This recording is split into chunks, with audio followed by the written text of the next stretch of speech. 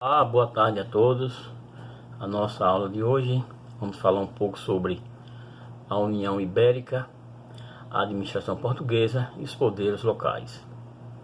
A União Ibérica, que ocorreu entre 1580 e a 1640, foi a unificação das coroas espanhola e portuguesa, a partir da crise sucessória do trono português. Essa crise de sucessão decretou o fim da dinastia de Avis e coroou o rei Filipe II da Espanha como rei tanto de Portugal quanto da Espanha.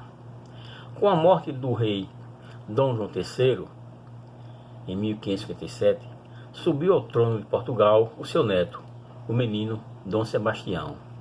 Até a sua maioridade, que ocorreu no ano de 1568, o governo de Portugal foi exercido por dois regentes, sua avó, Dona Catarina, e seu tio-avô, o cardeal Dom Henrique.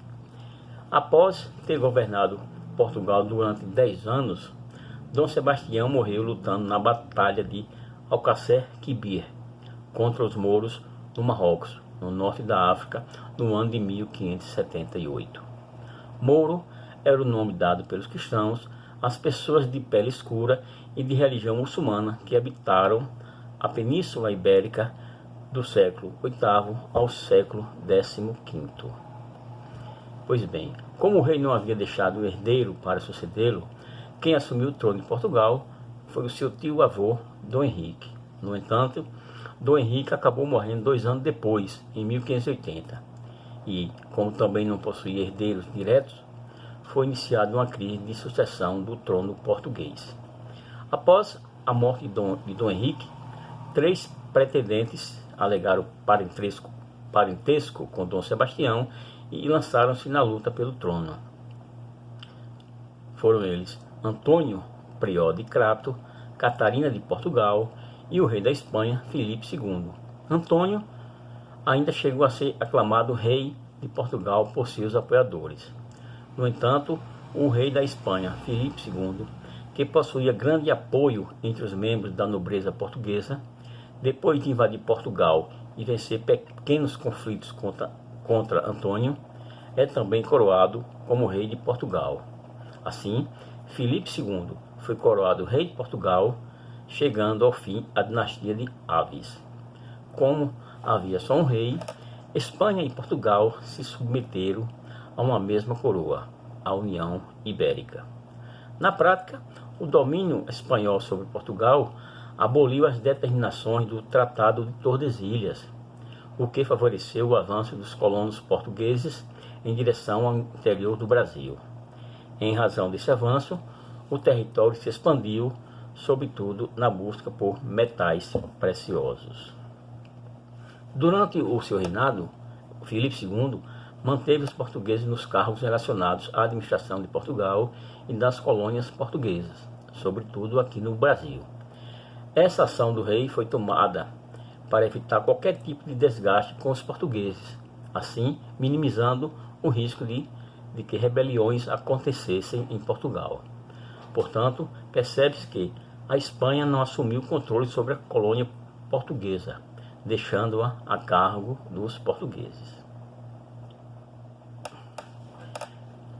Em decorrência do envolvimento da Espanha em diversos conflitos militares na Europa, isso colocou seus inimigos contra a colônia portuguesa.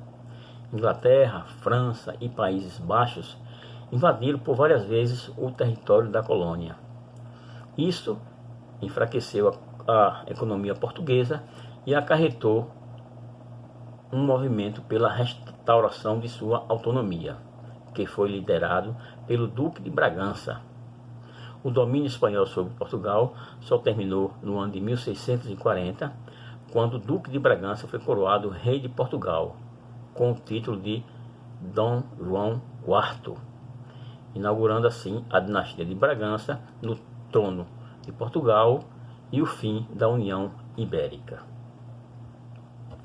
Para combater as dificuldades econômicas herdadas do seu sucessor, o novo rei de Portugal, Dom João IV, intensificou a exploração dos territórios coloniais e reforçou a sua administração, criando o Conselho Ultramarinho.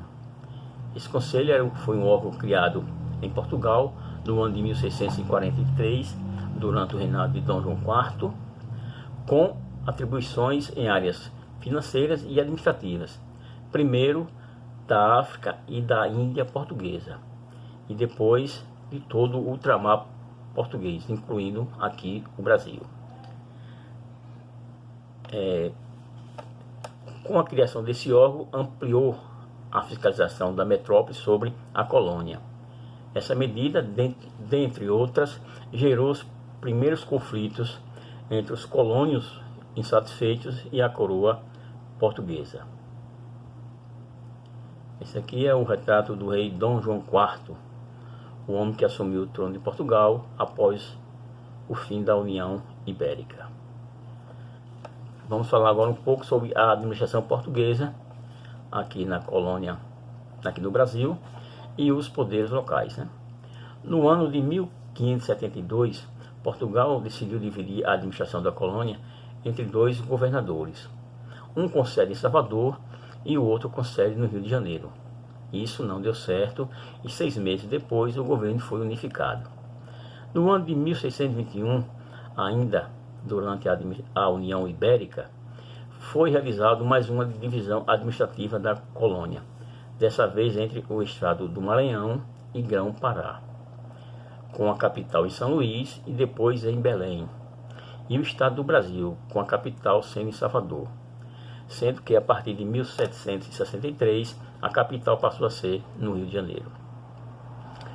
Depois do ano de 1640, se tornou cada vez mais comum o uso de vice-reis em lugar de governador-geral, aqui no Brasil, né? No decorrer do século XVIII, as antigas capitanias hereditárias foram aos poucos substituídas por capitanias da coroa, isso por meio de compra, pela falta de herdeiros ou por não estarem efetivamente ocupadas. Pois bem, o governador-geral da colônia e os governadores das capitanias contavam com tropas regulares e profissionais para defender os seus territórios. Essas tropas regulares e profissionais eram compostas de milícias e ordenanças. As milícias eram uma força auxiliar formada por homens da população urbana que não recebiam remuneração e prestavam serviço obrigatório.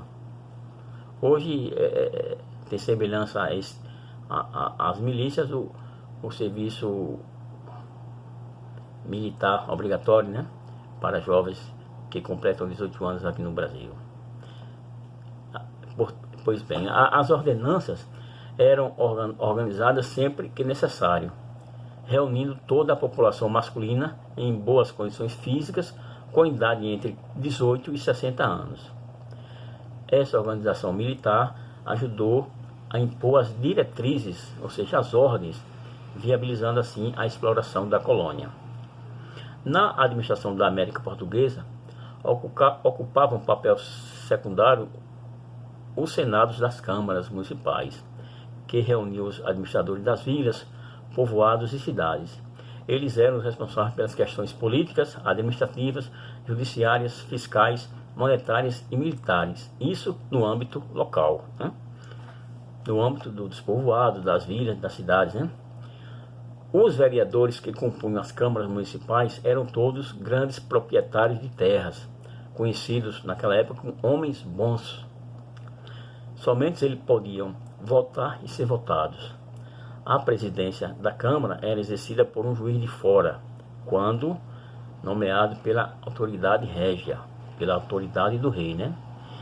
Ou por um juiz ordinário, quando eleito pelos demais vereadores. Hoje, todos sabemos que as câmaras municipais, o seu presidente, né, é eleito por maioria dos vereadores, né? Naquela época era chamado de juiz ordinário, né? Portanto, naquela época, a maioria da população não participava da administração da colônia. Por hoje é só, e agradeço a todos, e até uma próxima aula. Boa tarde a todos.